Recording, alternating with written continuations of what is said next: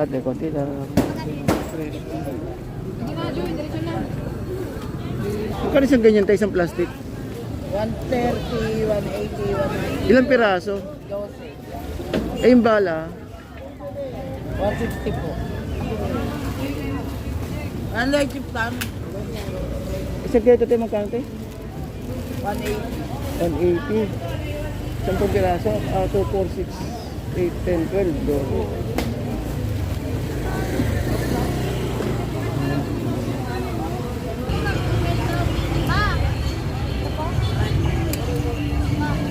Di ba kanin bolat eh? 250. Yan, boss. Marami plastic, ano ba? Ang dami ah. Nakapagsitan mo. Kailangan pa dala sa bayan lang. Hindi lang, hindi lang. Ito. Kalpa. Ano mo yung dapat yung pakain? Ano, may nakita ko midi. Oh, nakasama kayo ano dyan. Ito ba? Wala. May ano, makmakay. Lagi kasi dati ba ako eh. Ano ba? Ha? Ay, wait. Kaya. Ayun, lagay yung ring.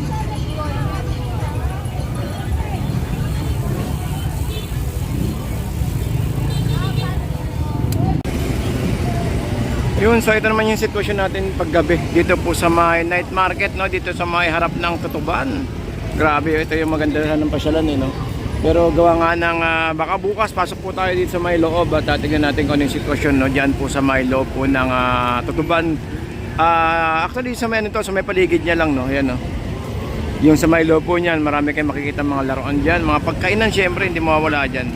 Ayun, no, dumadag sa mga kababayan natin, no? Dami. So ito yung sitwasyon ng traffic natin. Naku po, talaga namang traffic na traffic. Ayan ang sitwasyon natin. Halos kabilaan na yung traffic natin dito. Itong area ng papuntang Divisoria at yung papalabas po ng Divisoria. Update po tayo ng oras. Ang oras natin ay 6:50 ng hapon, no? At ito po ang sitwasyon natin dito. Naku, talaga nang sasagupain nyo yung ano natin dito, yung traffic kapag inabot kayo ng dilim dito sa may loob ng Divisoria. Ito po, no?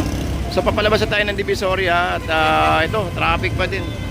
So yun, patuloy yung pagdagsan ng mga kababayan natin sa may harap ng ano, no? Papasok sa may loob ng Tutuban. At saka syempre may mga parking lot na po dyan ng mga 50 pesos per parking. Yan. Okay, so tara samahan nyo ako at maglibot pa tayo sa loob ng Divisoria.